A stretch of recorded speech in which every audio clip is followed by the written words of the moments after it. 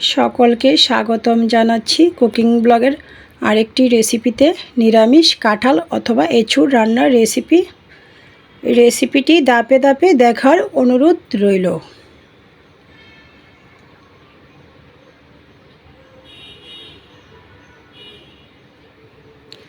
প্রথমে আমি সরিষা তেল হাতে মেখে কাঁঠালটা কেটে নিচ্ছি। কাঁঠালটা আপনারা কাটার পর গোটা একটু ধুয়ে নেবেন, তারপর পিস পিস করবেন, এতে করে আটাটা কম হয়।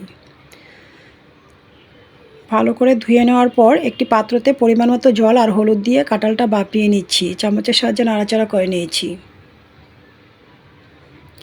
চুলাটা অন করে একটি কড়াই বসিয়ে দিয়েছি।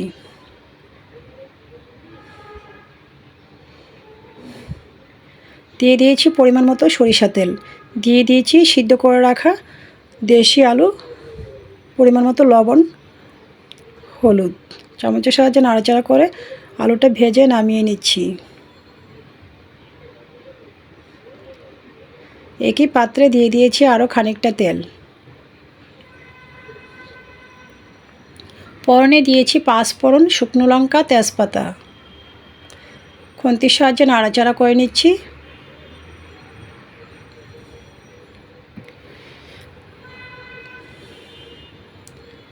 মশলায় দিয়েছি আদা বাটা, ধনিয়ার গুঁড়া, হলুদ গুঁড়া, লঙ্কার গুঁড়া, সামান্য জল।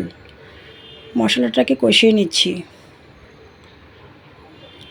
দিয়ে দিচ্ছি স্বাদ মতো লবণ।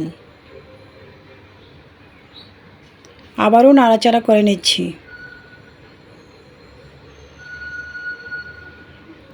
সামান্য পরিমাণে জলও দিয়ে দিয়েছি। এই পর্যায়ে আমি দিয়ে দিচ্ছি ভাপিয়ে রাখা কাঁঠাল।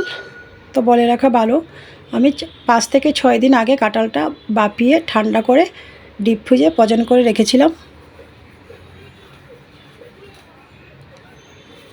তো ডাকনাটা দিয়ে দিয়েছি খানিকক্ষণের জন্য। খানিকক্ষণ পর ডাকনাটা নামিয়ে আবারও নাড়াচাড়া করে নিচ্ছি। দিয়ে দিয়েছি ভাজে আলু, শুকনো সিমের বেশি, স্বাদ মতো কাঁচা লঙ্কা। আবারও সব কিছু নাড়াচাড়া করে নিচ্ছি।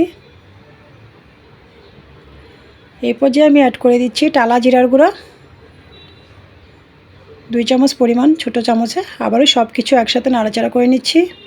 ডাকনাটা দিয়ে দিয়েছিলাম খানিকক্ষণের জন্য। খানিকক্ষণ পর ডাকনাটা নামিয়ে অ্যাড করে দিচ্ছি গরম মশলা পাউডার, 1 চামচ পরিমাণ ঘি। আবারও খুন্তির সাহায্যে সব কিছু নাড়াচাড়া করে নিচ্ছি।